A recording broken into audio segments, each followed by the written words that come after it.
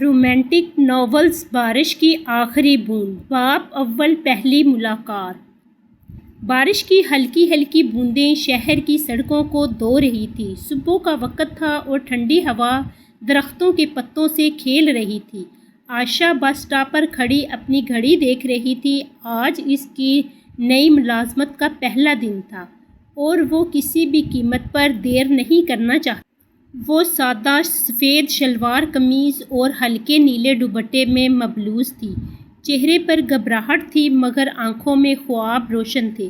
اس نے اپنے والد سے وعدہ کیا تھا کہ وہ اپنی محنت سے نہ صرف اپنا بلکہ پورے خاندان کا نام روشن کرے گی۔ بس آنے میں ابھی چند منٹ باقی تھے کہ اچانک ایک تیز رفتار گاڑی پانی کے گھڑے سے گزری۔ پانی کے چھینٹے سیدھے عائشہ کے کپڑوں پر آ گرے۔ اوہ! اس کے منہ سے بے اختیار نکلا۔ گاڑی چند قدم جا کر رک گئی۔ دروازہ کھلا اور ایک لمبا باوقار نوجوان باہر آیا۔ اس کی آنکھوں میں خفیف سی شرمندگی تھی۔ مجھے بہت افسوس ہے، میں نے واقعی جان بوجھ کر ایسا نہیں کیا۔ عائشہ نے ایک لمحے کے لیے اس کی طرف دیکھا پھر نظریں جھکا لیں۔ کوئی بات نہیں، غلطی ہو جاتی ہے۔ نوجوان نے اپنی جیب سے صاف رومال نکالا۔ اگر آپ اجازت دیں تو عائشہ نے ہلکی سی مسکراہٹ کے ساتھ انکار کر دیا۔ شکریہ، میں سنبھال لوں گی۔ اسی لمحے بس آ گئی۔ عائشہ جلدی سے اس میں سوار ہو گئی جبکہ وہ نوجوان خاموشی سے اسے جاتے ہوئے دیکھتا رہا۔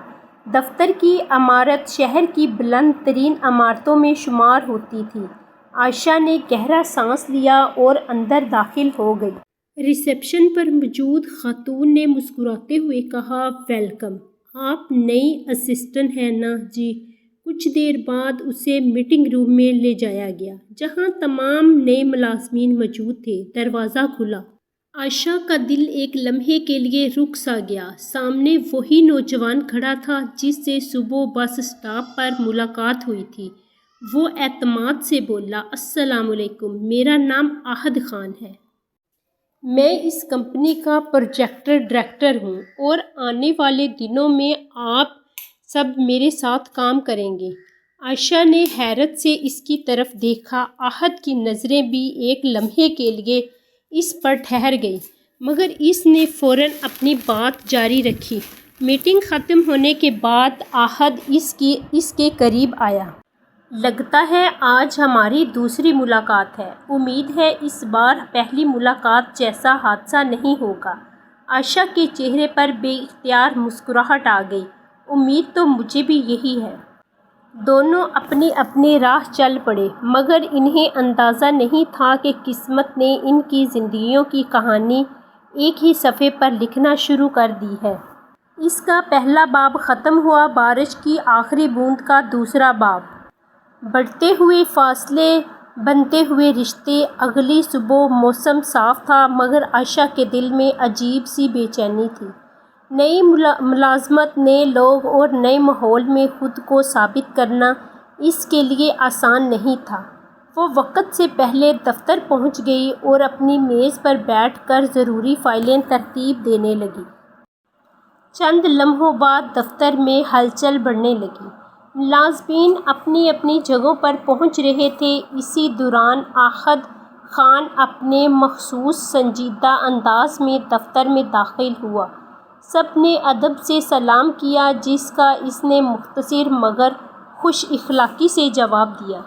عائشہ نے بھی نظریں جھکا کر سلام کیا۔ وعلیکم السلام مس عائشہ، امید ہے آج کا دن کل سے بہتر گزرے گا۔ اس نے ہلکی سی مسکراہٹ کے ساتھ جواب دیا، انشاءاللہ۔ احد نے اسے ایک اہم پروجیکٹ کی فائل دیتے ہوئے کہا، یہ کام آسان نہیں لیکن مجھے یقین ہے آپ اسے اچھی طرح سے سنبھال لیں گی۔ اگر کسی مدد کی ضرورت ہو تو بلا جھجک بتائیے گا۔ یہ پہلا موقع تھا جب کسی نے اس پر اتنا اعتماد ظاہر کیا تھا۔ اس نے دل ہی دل میں عہد کیا کہ وہ اس اعتماد کو ٹوٹنے نہیں دے گی۔ پورا دن کام میں گزرا۔ شام کے وقت جب تقریباً سب ملازمین جا چکے تھے، عائشہ اب بھی اپنی رپورٹس مکمل کر رہی تھی۔ اچانک بجلی چند لمحوں کے لیے چلی گئی۔ کمرے میں ہلکا سا اندھیرا چھا گیا۔ آپ ابھی تک یہیں ہیں؟ احد کی آواز سن کر وہ چونک گئی۔ جی، رپورٹس مکمل کر رہی تھی۔ احد نے فائلز دیکھی اور مسکراتے ہوئے کہا، اتنی محنت ہر کوئی نہیں کرتا، لیکن اپنی صحت کا خیال رکھنا بھی ضروری ہے۔ اس وقت باہر بارش شروع ہو گئی ہے۔ تیز ہواؤں کے ساتھ موسلا دھار بارش نے پورے شہر کو اپنی لپیٹ میں لے لیا ہے۔ آپ گھر کیسے جائیں گی؟ احد نے پوچھا۔ شاید ٹیکسی مل جائے۔ احد نے کھڑکی سے باہر دیکھا۔ ایسی بارش میں مشکل ہے۔ اگر آپ کو مناسب لگے تو میں آپ کو گھر چھوڑ دیتا ہوں۔ عائشہ چند لمحے خاموش رہی، پھر اس نے سوچا کہ اس موسم میں واقعی اکیلے جانا مشکل ہوگا۔ ٹھیک ہے، شکریہ۔ گاڑی خاموشی سے بارش میں آگے بڑھ رہی تھی۔ کچھ دیر تک دونوں خاموش رہے، پھر احد نے آہستہ سے پوچھا، آپ ہمیشہ اتنی خاموش رہتی ہیں؟ عائشہ ہلکا سا مسکرائی۔ ہر انسان کی کچھ کہانیاں ہوتی ہیں جنہیں وہ ہر کسی کو نہیں سناتا۔ احد نے کھڑکی کے باہر گرتی بارش کو دیکھتے ہوئے کہا، شاید اس لیے بارش مجھے پسند ہے، یہ بہت سی باتیں اپنے ساتھ بہا لے جاتی ہے۔